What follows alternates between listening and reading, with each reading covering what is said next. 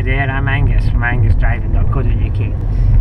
Today we're going to have a quick look at the Currie, Edinburgh test centre. I'm going to look at a wee section of road and it's Calder Road.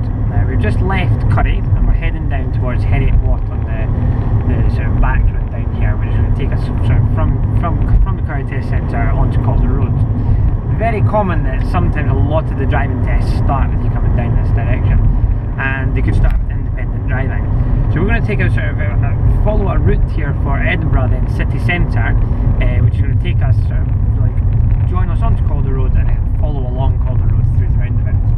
So hopefully by watching this video you'll get used to sort of which lanes you're going to use and sort of just get very familiar with the area. So as we drive down here, it's a 40 miles an hour road. I'm just keeping myself sort of at 40 here.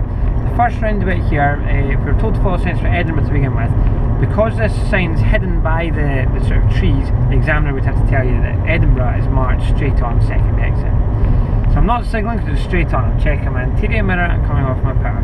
And this one's now marked on the right. It used to be marked on the left up until April 2014 where they changed it. So I'm keeping a right position. I've just dropped down in a second. Doesn't look like anyone's coming round, so I'm all good to go. So I'm just going to stay with the roundabout as I go through.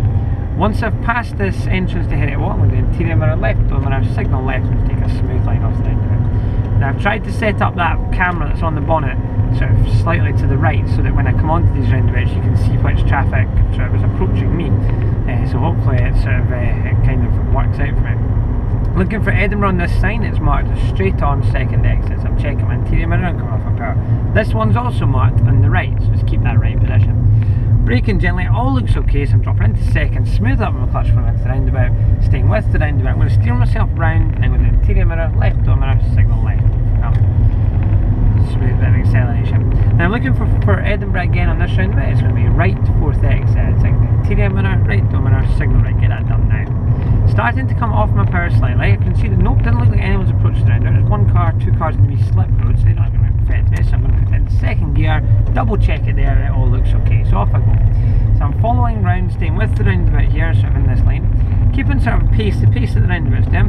And when I come to leave after this exit, I'm going to check interior mirror, left door mirror, signal left. Now I want to get the left lane here if I can. I'm just double checking it's all okay there, and no sign of anyone there, so I'm leaving in the left lane, which will naturally then filter out and become the middle lane here.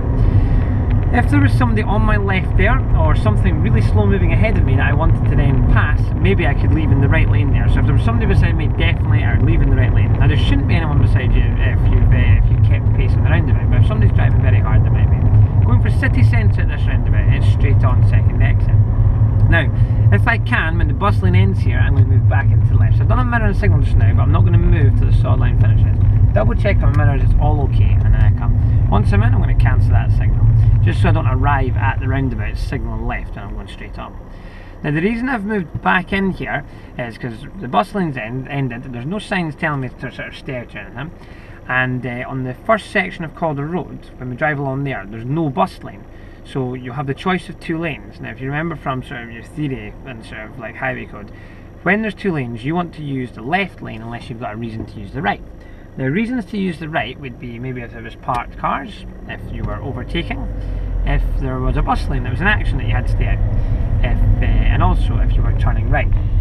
At the moment, I'm just following for city centre. I know the city centre is straight on, so there's no reason for me to be in the right.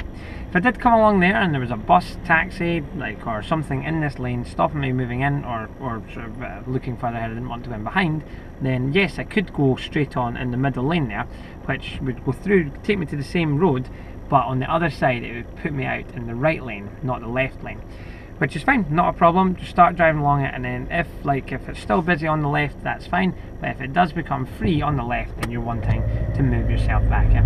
So it's gone green, I'm just following through, staying with the curb here, away from that fine dotted line, following through. I'm now focusing on the curb on the bridge here, just coming round. Now these traffic lights should change by the time I get here, because they're sort of a sequence. Now the interior mirror, left door mirror, and I'm signaling left. I'm just going to follow again, looking at that curb with the railing there as I come round. Now, 40 miles an hour road, so I'm starting to build that speed, accelerating smoothly. I'm looking at the pedestrian crossing here. So somebody is there pushing the button. If that does change to red, that'll, because I'm just at the point that I'm beginning to accelerate up to 40, that'll bring my speed down quite quickly. So it's good to sort of be scanning that, so that if somebody does push the button, you're ready for it. It's not going to be a problem. I'm just driving along here at 40, and yeah, I'm looking for signs for city centre. So in this case, shortly we'll see on the sign that city centre is marked straight on. If in a driving test the examiner was going to take you to the right of this roundabout, they'd have to tell you back in this area that you're turning right, so that you know that you're going to need the right lane. So on the sign there I can see straight on second exit. So I'm just checking my mirror. I'm going to ease off my power. There's a green light saying I can go, but this braking light looks like it could change. It's been green for a while. Middle lane straight on here. It's all good. It's just changing, so I'm braking a wee bit more, and I'm just slowing this down to a stop. So I'm stopping here.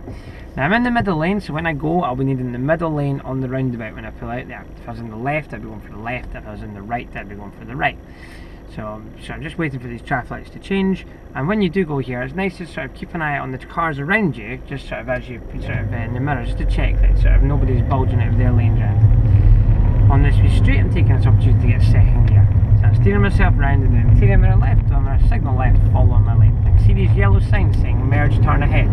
So I'm starting to accelerate smooth up to 40. It looks clear on my right, so I'm checking interior and right, and I'm doing a wee signal and pulling myself out. That's just because there's a bus lane coming up further along. So anywhere in this section, when you get the chance, moving yourself out. Very similar to sort of joining the bypass. Now along here, these lights which would start flashing if the fire brigade go out on a call, so you would stop like a red light and those lights start flashing. City centre, you can see is marked straight on second exit at the roundabout. So I'm coming in, I'm out for this bus lane at the moment, I'm checking my interior mirror, I can see a yellow sign on the right there saying use both lanes, so I'm just going to stay in the right lane as I approach, so I'm braking gently and smoothly. Some cars coming around, so going into first gear here, and then BMW came from the other side, it's like not from my right, from the other side, so it wasn't signalled to come around, so it looked okay, and it was. So I'm coming around, I'm past the last exit, I'm checking interior mirror left on my signal left, I'm just aiming smoothly for the right lane, focusing on that curb on the right as I come through, and that means I'll hold position as I go through, and I'm just accelerating smoothly back up to 40. So that roundabout there, is, the hedge line ends a wee bit sort of shorter than the roundabout, which is good. It means you've got a better view as you sort of approach it, so you can see a little bit more. Where the roundabout here that we're going to come to, the hedge goes right up to the very end, which there's no way that you're going to be able to sort of keep pace as you come up to it. So you're going to treat it kind of like a junction. You can slow it right down. I'd recommend using first gear unless you can really see.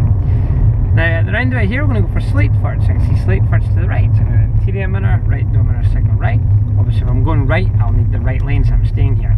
If you were told to follow for Christorfen there, you'd be doing a mirror and signal to the left, and then moving in when the bus lane finishes.